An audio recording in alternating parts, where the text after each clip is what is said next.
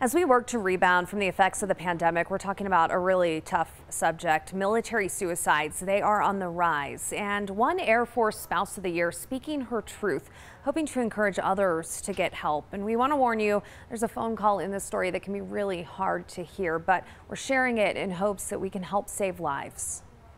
I love getting these coins because I know that they are not given out lightly. You earn them. And earn them she did. Kristen Christie has an infectious spirit. She's a mom, a volunteer, a military spouse, and her smile lights up a room, even though she's experienced some of the darkest days. I never in a million years would have expected to be sitting here talking about this subject. 13 years ago, my first husband took his life after a deployment. It happened in 2008, 4 years after Donald Christie's deployment. Not as a counselor, just as a human being. I think PTS, post-traumatic stress, was a stowaway from his deployment that just was not on the radar. At the time, their sons were 12 and 14 years old, and it was a difficult journey raising their two boys as they all mourned.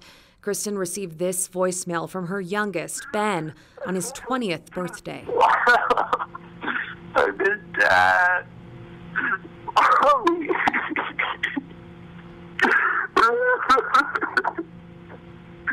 I miss Dad so much. I can't live without him. I can't. I need him right now. I need him so much.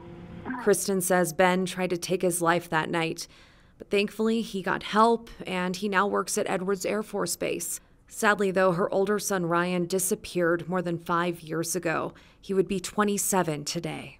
Ryan Christie, if you're out there and you see this, I love you. I'm sorry. Please forgive me. Thank you.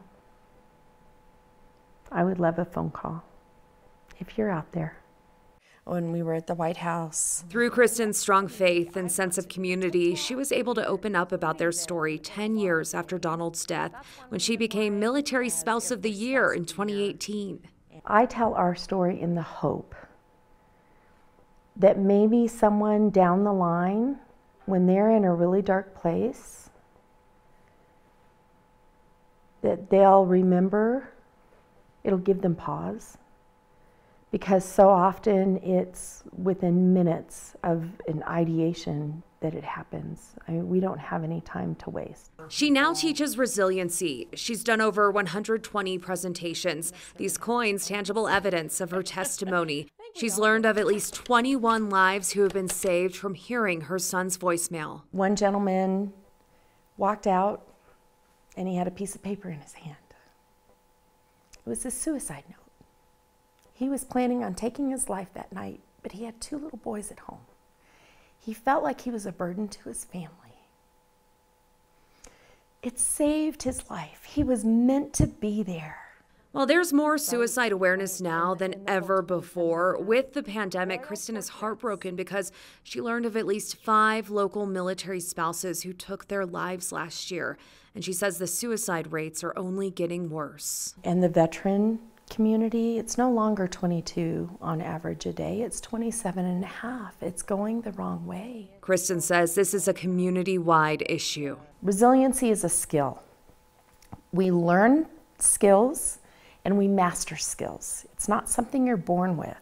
And the more that we can help people develop those skills when they're active duty, hopefully when they transition to become veterans, they'll have those resources available, and maybe we won't have such a veteran crisis that we have now. Kristen says we have to ask the hard questions, including, are you thinking of hurting yourself? Knowing that if you hear yes, there are so many resources out there, and people like her are ready at a moment's notice to work to save lives. If I could leave you with one thing, hope is not canceled. Kristen also helped to spearhead the 3-digit suicide lifeline number. 988 will be in place next summer. Right now, though, if you or someone you know is struggling, there's help available right now. The number is on your screen. It's in the National Suicide Prevention Lifeline, 1-800-273-8255. It's also listed in this story on our website. There is help available 24/7 and specific military and veteran help on the end of the line as well. If you need help, please don't hesitate to call. We need you here.